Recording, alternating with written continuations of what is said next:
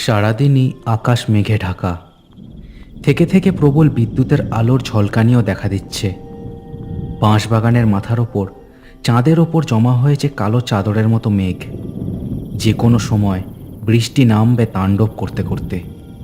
ভেজা পাতায় মশমশ শব্দ তুলে একটা বৃদ্ধ লোক হেঁটে চলেছে বাঁশবাগানের মাঝের পথ দিয়ে। হাতে অদ্ভুত একচোখা একটা আলো। কিছু দূর এগিয়ে সামনে একটা রোগাশোগা লোককে দাঁড়িয়ে থাকতে দেখে বৃদ্ধ লোকটাও দাঁড়িয়ে গেল সেখানে। কখন থেকে তোকে খুঁজছি, বলি ডাকছি যে কথা কানে ঢুকছে না। আমার কি আসার জো আছে কর্তা? আপনি তো বলেই খালাস, সবাইকে বুঝিয়ে শুনিয়ে সামলে রেখে তবে তো আসবো, নইলে কে আবার তুম করে। হ্যাঁ, তা ঠিক।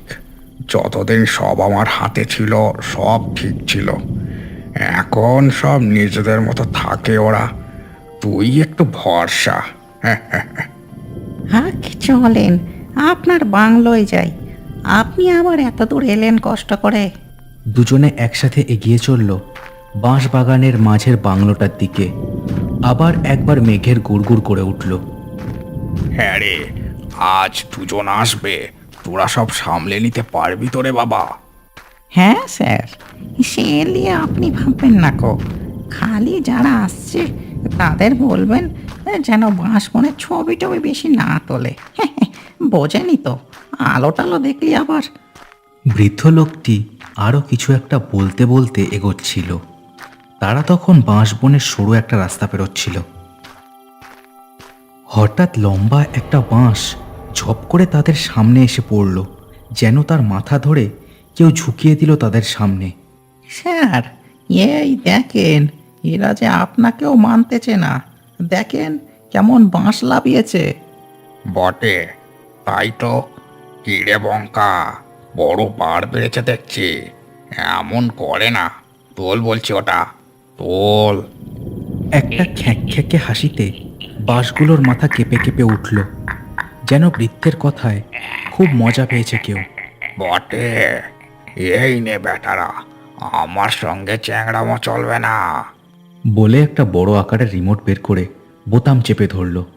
সঙ্গে সঙ্গে বাঁশবাগানের মাথায় জড়ানো বিদ্যুতের তারে চড়বড় করে শব্দ হতে লাগলো। আর বাঁশটা আবার সপাত করে ওপরে উঠে গেল। একটা মৃদু চিৎকারও শোনা গেল। হ্যাঁ, জব তো হয়েছে বেটারা। চল রে পটাশ, চল।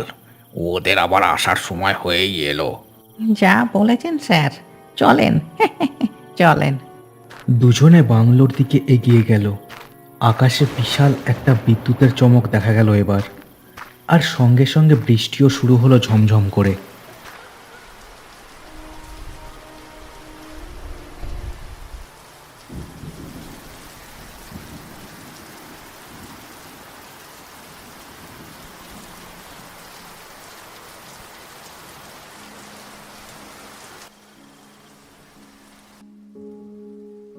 বর্ষা একটু থেমেছে তখন, তবে আকাশের এ মাথা থেকে ও মাথা পর্যন্ত থেকে থেকে লম্বা বিদ্যুতের ঝলকানি দেখা যাচ্ছে। এমন সময় দুটো স্কুটারকে বাঁশবাগানের রাস্তার দিকে যেতে দেখা গেল। দুজনেই যুবক, কাঁধে ব্যাগ তাদের। বাঁশবাগানের সামনে দুজনে থামল। এটাই তো রে নাকি? বাবারে, এ যে একেবারে আদিম যুগের বাসবন, তাই না? তাই তো মনে হচ্ছে। ক্লাবের ওই ছেলেগুলো বলল এখানে একটাই বাঁশবাগান আছে, এটাই হবে হয়তো। ঠিকই আছে। জায়গাটা কম করে হলেও 8-9 কাঠার বেশি হবে। সে হিসেবে দাম তো কমই মনে হচ্ছে। হ্যাঁ, আর জায়গাটা দেখ, একেবারে গ্রামের মধ্যে। এখানে রিসর্ট বানাতে পারলে দিব্যি ব্যবসা জমে যাবে। তমাল আর কোনো কথা বলল না, স্কুটিটা চালিয়ে দিল বাঁশবাগানের মধ্যে। সিদ্ধার্থও তার পিছু নিল। বাঁশবাগানের বাঁশগুলোর আকার প্রায় এক একটা 2-3 তলা বাড়ির সমান। কয়েক সপ্তাহ আগে পেপারে এই বিশাল বাঁশবাগান এবং জমি বিক্রির বিজ্ঞপ্তি চোখে পড়ে তমাল আর সিদ্ধার্থর। দুজনেই পেশায় ব্যবসায়ী, আর হোটেলের ব্যবসায় নামার জন্য টাকা পয়সা জোগাড় করছে বহুদিন ধরে। বাঁশবাগানের মালিকই তাদের ফোন করে এখানে এসে কথা বলে যেতে বলেছিল, তাই তারা দুজনে এখানে এসেছে কাল রবিবার। আজ শনিবার রাতটা এখানে কাটিয়ে কাল আবার ফিরে যাবে তারা। দুজনে আবার স্কুটার থামিয়ে দিল। এখানে দুটো পথ দুদিকে চলে গেছে, আর বাঁশগুলো আকারে আরও বেশি লম্বা। এবার কোন দিকে রে? এত ভেতরে বলেছিল নাকি? লোকটা যে বলেছিল বাঁশবাগানের মুখেই তার একখানা বিশাল বাংলো মতো আছে। তাই তো রে, বাঁশগুলোও দেখ যেন অন্যান্যগুলোর থেকে কেমন লম্বা। দাঁড়া দেখি একটা ফোন করি। সিদ্ধার্থ পকেট থেকে ফোন বের করলো, কিন্তু ফোনে কোনো সিগন্যাল নেই। হঠাৎ অজানা পাখির ডাক, আর সাথে কড়কড় করে বিদ্যুতের আলো ঝলকে উঠল। দুজনেই চমকে উঠল এবার। বৃষ্টি নামবে না কি রে ভাই? তবেই হয়েছে, এই বাঁশবাগানে তো দাঁড়াবার জায়গাও পাবো না। কি করা যায়? ভাই, ভাই, ও ওদিকে দেখ, একটা লোক না? সিদ্ধার্থ কথাটা শুনে সেদিকে তাকিয়ে দেখল। সত্যি লম্বা একটা লোক বাঁশের ঝাড়ের আড়াল থেকে মাথা বের করে তাদের দেখছে। কে কে গো? বলছি এই বাঁশবাগানে একটা বাংলো বাড়ি আছে, কোথায় বলতে পারবে? কোনো উত্তর না দিয়ে লোকটা ঝাড়ের আড়াল দিয়ে বেরিয়ে এলো। পরনে খেটো ধুতি, গ্রাম্য চেহারা। কি হলো? কোথায় বাংলোটা বলতে পারবেন? আমরা এই বাঁশবাগানের মালিক হরিহরণ বাবুর সাথে দেখা করতে এসেছি। লোকটা একটা হাত তুলে তাদের ডাক দিল, তারপরেই উল্টো দিকে ঘুরে হাঁটা শুরু করলো। কি ব্যাপার বলতো? কথা বলতে পারে না নাকি? মনে তো হচ্ছে হরিহরণ বাবুই একে পাঠিয়েছেন। হ্যাঁ, চল দেখা যাক। এই যে শুনছেন, এদিকে আসুন, আমাদের গাড়িতে বসুন, জলদি পৌঁছাবো। লোকটা ঘুরে দাঁড়িয়ে একটা লম্বা আঙুল তুলে দুদিকে নাড়িয়ে দেখালো, তারপর বাঁ হাতটা তুলে ধরলো একটা ঘন ঝোপের দিকে। মনে হচ্ছে গাড়ি দুখানা ওখানে রেখে দিতে বলছে। চল, আর কি করা যাবে। দুজনে লোকটার ইশারা বুঝে ঝোপের মধ্যে গাড়ি দুটো রেখে পায়ে হেঁটে বেরিয়ে এলো।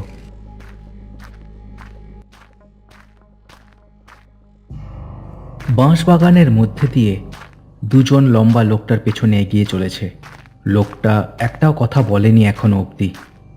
দুপাশের বাঁশ গাছগুলোর মধ্যে যেন থেকে থেকে এক একটা ছায়া চোখে পড়ছে তাদের, যেন তাদের কেউ বা কারা নজরে নজরে রেখেছে।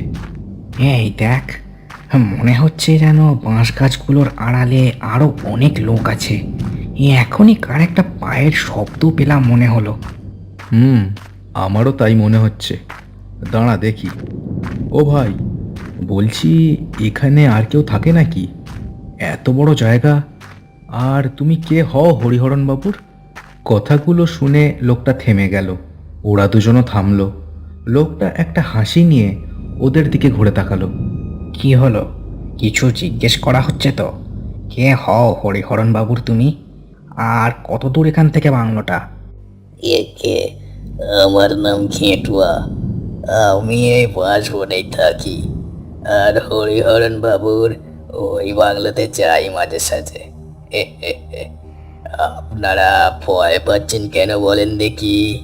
ও, তুমি তাহলে কথা বলতে পারো? এতক্ষণ যে চুপ করেছিলে, অদ্ভুত ব্যাপার। আগে তখন সবে সবে সন্ধে নামছিল তো, গায়ে জোর পাচ্ছিলাম না। এখন দেখেন, দিব্যি অন্ধকার চারিদিকে, গায়ে বেশ জোর অনুভব করছি। তমাল আর সিদ্ধার্থ মুখ চাচাই করতে লাগলো। ভাবলো লোকটা পাগল নাকি। কি ফালতু কথা বকছো বাপু? বাংলোটা কত দূর বলো দেখি? এগিয়েই তো, রাস্তার বাঁক পেরিয়ে আর 10 মিনিট হাঁটলেই বাংলোর হাতায় গিয়ে পড়বো, বুঝলেন? বলে আবার সোজা হাঁটা শুরু করলো। তারাও দুপা এগোতে গেল। সঙ্গে সঙ্গে বিশাল একটা লম্বা বাঁশ ঝপ করে তাদের সামনে এসে পড়ল। বাঁশটা পড়েছে ঠিক লোকটা আর তাদের দুজনের মাঝে, তবে ভেঙে নয়, অদ্ভুতভাবে নুয়ে পড়েছে সেটা। আশ্চর্য কাণ্ড, বাঁশটা এমনভাবে ঝুঁকে পড়ল কি করে? তমাল আর সিদ্ধার্থ ওপরের দিকে তাকালো। বিদ্যুতের ঝলকে মনে হলো বাঁশঝাড় পেঁচিয়ে একজন লোক বসে আছে। গাছের মাথায় কেউ বসে আছে না?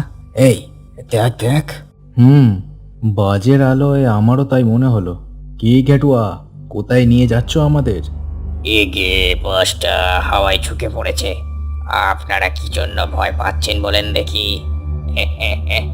বসে না মেঘুনি, ডিঙিয়ে চলে আসুন, চলে আসুন। সিদ্ধার্থ তবুও ওপরের দিকে তাকিয়ে রইল, কিন্তু তমাল হেঁটে এগিয়ে গেল বাঁশখানা পেরোবে বলে। হঠাৎ ঝপ করে বাঁশটা আকাশে উঠে গেল, আর সাথে পুতুলের মতো ছিটকে উঠে পড়ল তমালও। শূন্যে ছিটকে উঠেই আবার হুড়মুড় করে বাঁশের মাঝখান দিয়ে নিচের দিকে পড়তে লাগলো সে। ভেজা পাতার গাদায় পড়ে সে অজ্ঞান হয়ে গেল। হাত পা ভাঙল কিনা কে জানে। কি হলো? এ তমাল, তমাল! লোকটা খ্যাক খ্যাক করে পেট ধরে প্রবল অট্টহাসি হাসতে লাগলো, যেন খুব মজার একটা ঘটনা ঘটে গেছে তাদের সামনে। এই চুপ, তুই কি মানুষ? এ তমাল, তমাল! তার কথা শেষ হতে না হতেই চারিদিকে বাঁশঝাড়ের মধ্যে দিয়ে আরো অনেকগুলো হাসির শব্দ শোনা গেল। মানুষ না চাই, খামোখা আমি মানুষ হতে যাব কেন? কে আমি? ঘেটুয়া, ঘেটুয়া ভুলো, বুঝলে কি না? সিদ্ধার্থ তার কথার কোনো মাথামুন্ডু বুঝতে না পেরে চারিদিকে দেখতে লাগলো। বাঁশবাগানের বাঁশের ফাঁকে ফাঁকে অন্ধকারের মধ্যে লাল, নীল, হলদে বিভিন্ন রঙের এক এক জোড়া চোখ জ্বলছে। এবার চুপ করে ওখানে দাঁড়িয়ে থাক। দাঁড়া, বঙ্কাদাকে ডাক দি। বঙ্কাদা, ও বঙ্কাদা! লোকটার কথায় সিদ্ধার্থ সত্যি ভ্যাবাচ্যাকা খেয়ে দাঁড়িয়ে থাকলো। কি করবে, কোথায় যাবে, কিছুই বুঝতে পারল না সে। হঠাৎ দেখলো বিশাল বাঁশগুলোর পিছন থেকে একটা ছায়ামূর্তি বেরিয়ে এলো। সিদ্ধার্থ আর যেন জ্ঞান ধরে রাখতে পারল না, চোখ উল্টে ঝপ করে মাটিতে পড়ে গেল। জানলার বাইরে ঝমাঝম বৃষ্টি পড়তে দেখছে বৃদ্ধ হরিহরণ। মনে জমা হচ্ছে একটা অজানা আশঙ্কা। হঠাৎ ঠান্ডা হাওয়ার ঝাপটাতে দরজার দিকে চোখ গেল তার। দেখলেন পটাশ এসে হাজির হয়েছে। কি ব্যাপার বলতো, এখনো কেন এলো না ওরা? আমার যে এবার খুব চিন্তা হচ্ছে রে। যা বলেছেন স্যার, ওদের তো বেশ করে বুঝিয়ে এলুম, যাতে ওই দুজনকে অন্তত নিদেন পক্ষে রেহাই দেয়। কিন্তু জানেনই তো বঙ্কাদাকে। হ্যাঁ, খুব বার বেড়েছে বেটা। বৃষ্টিও তো হচ্ছে খুব জোর। চল দেখি, বেরিয়ে দেখা যাক।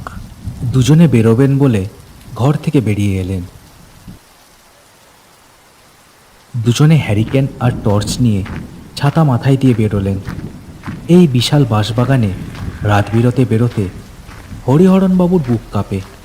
কিন্তু আগেরবার কলকাতা থেকে আসা 2-3 জনের দলটাকে বঙ্কারা খুব হেনস্থা করেছিল। একটা বিশাল বাঁশঝাড়ের সামনে এসে দাঁড়ালেন দুজনে। গাড়ির চাকার দাগ দেখা যাচ্ছে, কিন্তু সেটা আগে এগোয়নি, এখানেই শেষ।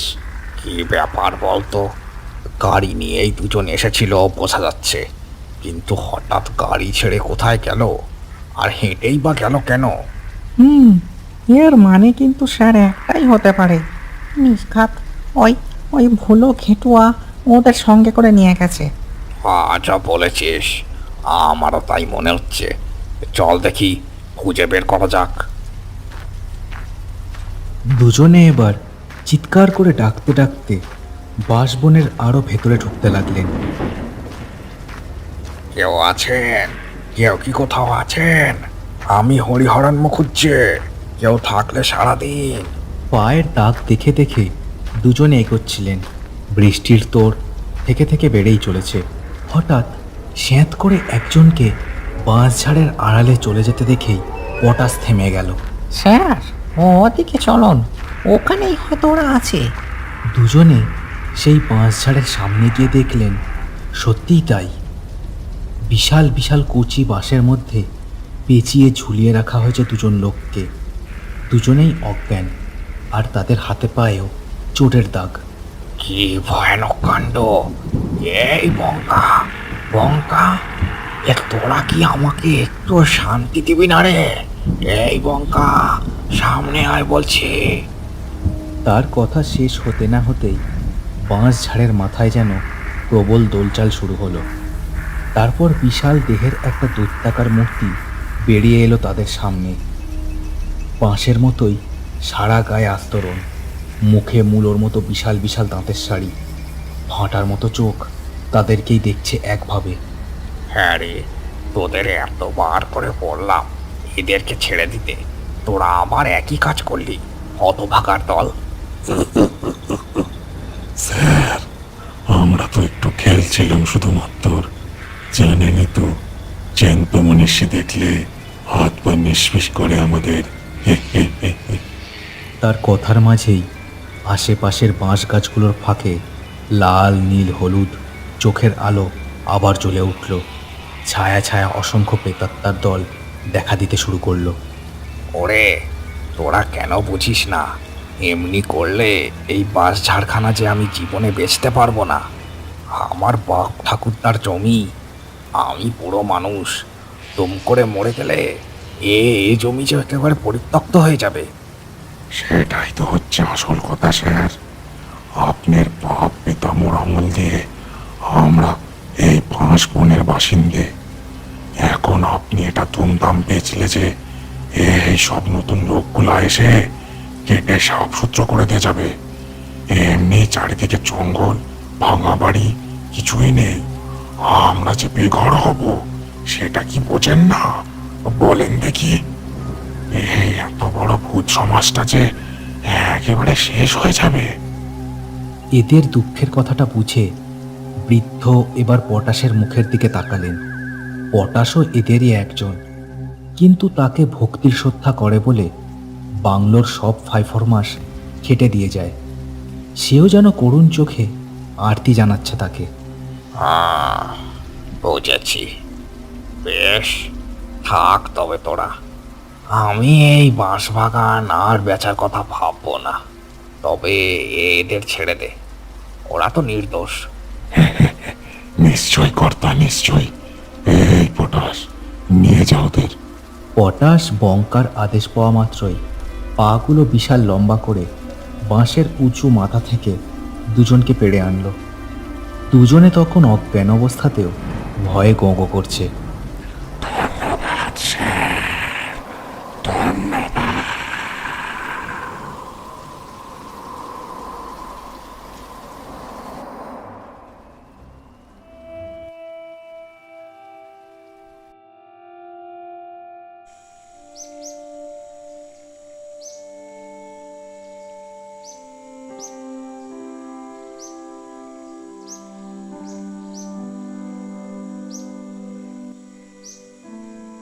সকালবেলা বাংলোর বিছানায় চোখ খুলল সিদ্ধার্থ। দেখল তমাল পাশেই অঘরে ঘুম দিচ্ছে। কে আছো? আমরা কোথায়? কে আছো? একজন বুড়ো লোক মুখে এক ঝলক হাসি নিয়ে ঘরে ঢুকলেন। সকালের আলো ঘরের মধ্যে খেলা করছে তখন। এই তো জ্ঞান ফিরেছে দেখছি আপনার। কাল তো দুজনেই স্কুটার নিয়ে কাদায় আচার টাচার খেয়ে জ্ঞান হারিয়ে পড়েছিলেন বর্ষার মধ্যে। কি ভাগ্যিস আমি বাজার থেকে ওই পথেই ফিরছিলাম, নইলে কতক্ষণ যে পড়ে থাকতে হতো কে জানে। কাদায় আছাড় খেয়েছিলাম, তবে কাল যাদের দেখলাম ওই যে আমাদের এখানে আনবো বলে একজন নিয়ে গেল। কি জানি সব কি স্বপ্ন দেখলাম? বিশাল একটা লোককে দেখেছিলাম। ওহ, জানলা দিয়ে বাইরে বাঁশবাগানের মধ্যে তাকিয়ে সব কিছু যেন সত্যি স্বপ্ন বলে মনে হলো তার। সেখানে তখন আলো খেলা করছে, পাখি ডাকছে গাছে গাছে। একটা বিশাল ছায়া বাঁশের ঝাড়ের আড়ালে চলে গেল। তার মুখেও দাঁত বের করা অম্লান হাসি।